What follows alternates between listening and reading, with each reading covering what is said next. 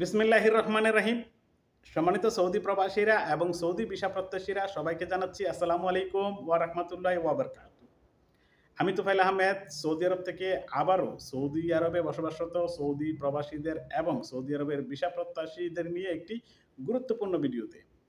সম্মানিত ভিউয়ার্স, ২০২৫ সালে সৌদি আরবের ভিসা ফি, আকামা ফি, ভিজিট ভিসা ফি, এক্সিট রি-এন্ট্রি ফি ইত্যাদিতে এসেছে কিছু পরিবর্তন এবং বেড়েছে ফি। সেই বিষয়ে আজ ৫ই জানুয়ারি ২০২৫ সৌদি আরবের সকল পত্রিকাগুলোতে নিউজ এসেছে। সেই বিষয়ে আপনাদের সামনে তুলে ধরার আগে আপনাদের কাছে অনুরোধ, আপনারা যদি আমার চ্যানেলটিতে নতুন হয়ে থাকেন তাহলে প্লিজ সাবস্ক্রাইব করুন এবং পাশের বেল আইকনটি অন করে রাখুন যাতে পরবর্তী ভিডিও আসলে সবার আগে দেখতে পান। আর যারা ইতিমধ্যে সাবস্ক্রাইব করেছেন তাদেরকে জানাচ্ছি অসংখ্য কৃতজ্ঞতা সহ ধন্যবাদ। সম্মানিত ভিউয়ার্স, প্রথমে পত্রিকায় আসা নিউজগুলো আপনাদের সামনে তুলে ধরছি, তারপর বিস্তারিত আলোচনা করছি। ভিসা ভিসা ও আকামা ফি বাড়ালো সৌদি আরব। সম্প্রতি ভিসা ও আকামার ফি হালনাগাদ করেছে সৌদি আরবের স্বরাষ্ট্র মন্ত্রণালয়ের অধীনে অ্যাপসের বিজনেস প্ল্যাটফর্ম।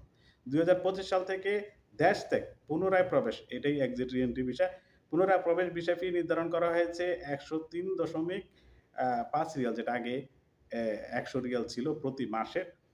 অন্যদিকে ইকামা নবায়ন ফি ৫১.৭৫ রিয়াল এবং একেবারে দেশ ত্যাগ ভিসা ফি নির্ধারণ করা হয়েছে ৭০ রিয়াল।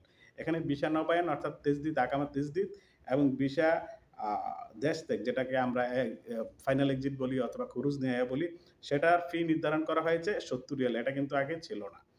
আ এক প্রতিবেদনে গালফ নিউজ জানায় পাসপোর্টের তথ্য হালনাগাদ করতে হলে খরচ করতে হবে ৬৯ রিয়াল। এটা হচ্ছে পাসপোর্টের তথ্য হালনাগাদ অর্থাৎ পাসপোর্টের মালুমাত, যেটাকে আমরা পাসপোর্ট মালুমাত বলি। সেই পাসপোর্টের মালুমাত আগে ছিল ৫০ রিয়াল, সেটা এখন ৬৯ রিয়াল হয়ে গিয়েছে। এছাড়া কর্মচারী সংক্রান্ত প্রতিবেদন চাওয়া ফি ২৮.৭৫ রিয়াল।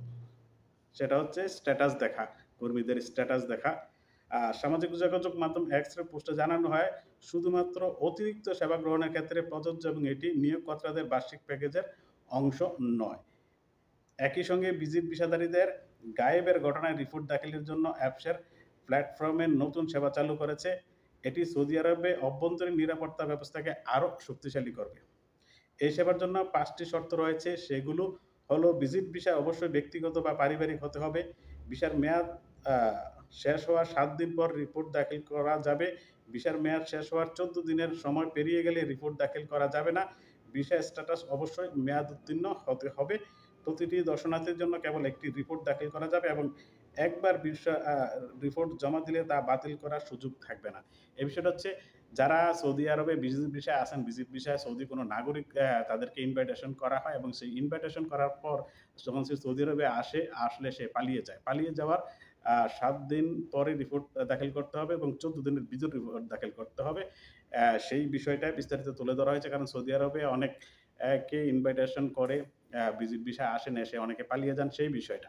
তো সম্মানিত ভিউয়ার্স, এখানে যে বিস্তারিত বিষয়গুলো আংশিকভাবে তারা তুলে ধরেছে, তা হয়তো পূর্ণ বাস্তবায়িত হলে পুরো বিষয় আমরা তথ্য জানতে পারবো। তখন আপনাদেরকে বিস্তারিত জানাবো। তবে আমাদের যে বর্তমান রেসিডেন্ট পারমিট, আকামা নবায়ন ফি, আ যেটি কাজের ভিসা, ডোমেস্টিক ওয়ার্কারের ভিসা, ছোট মুআসাসা, বড় মুআসাসা, ইন্ডাস্ট্রিয়াল সেক্টর, সেগুলো নিয়েও বিস্তারিত আপনাদের সামনে পর্যায়ক্রমে তুলে ধরবো। ততক্ষণ পর্যন্ত আপনারা ভালো থাকুন, সুস্থ থাকুন, নিরাপদে থাকুন। আল্লাহ হাফেজ। আসসালামু আলাইকুম ওয়া রাহমাতুল্লাহি ওয়া বারাকাতুহু।